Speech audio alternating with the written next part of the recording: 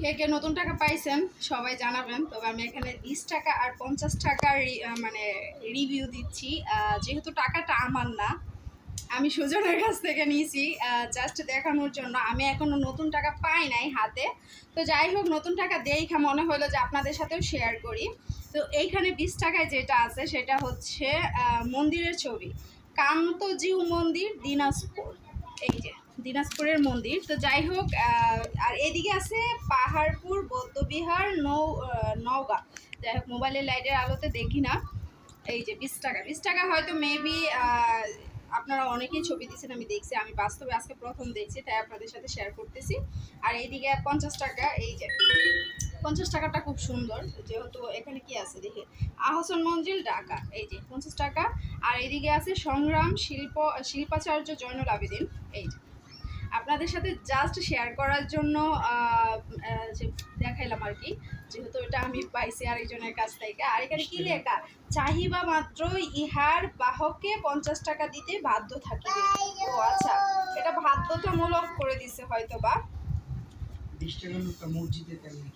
আচ্ছা, যাই হোক, এটা অনেকেই ভাবতেছে, অনেকেই বলতেছে 20 টাকার নোটটা মসজিদে দান করবে। একটা মন্দিরের ছবি মসজিদে কেন দান করবে মানুষ? যেহেতু আমরা মুসলিম জাতি, মুসলিম রাষ্ট্রে বসবাস করি, সেই জায়গা থেকে মন্দিরের ছবিটা অনেকেই অ্যালাউ করতেছে না। 50 টাকাটা ঠিক আছে, কিন্তু আমার কাছে এটা একটু বেমানান মনে হয়েছে। আমি জানি না কে কী ভাবতে পারে, কিন্তু আমি সব ধর্মকে সম্মান করি। কারণ ধর্ম যার যার উৎসব সবার, সেটা আমরা ন্যাচারালি সবাই জানি। আমি সব ধর্মকেই সম্মান করি, সব ধর্মকেই সম্মান করি। তো টাকার মধ্যে কেন মসজিদ মন্দির থাকবে? টাকা হচ্ছে সব গোত্রের জন্য, সব ধর্মের জন্য, তাই না? এটা নির্দিষ্ট কোনো ধর্মের টাকা না, নির্দিষ্ট কোনো ধর্মের হতেও পারে না। তো যাই হোক, এটা এক একজনের ব্যক্তিগত মতামত। আমি আমার ব্যক্তিগত মতামত দিলাম। আমি কোনো আবার রাজনীতিবিদ না বা কোনো বিশেষজ্ঞ না, জ্ঞানী কোনো পার্সনও না, তাও আপনাদের সাথে জাস্ট শেয়ার করলাম। নতুন টাকাটা পেয়ে আর কি, মন্দিরের ছবিটা দেখে ভাবলাম যে আপনাদের সাথে জাস্ট শেয়ার করি। এটার মধ্যে আবার মসজিদের ছবি না, আহসান মঞ্জিলের ছবি আর কি।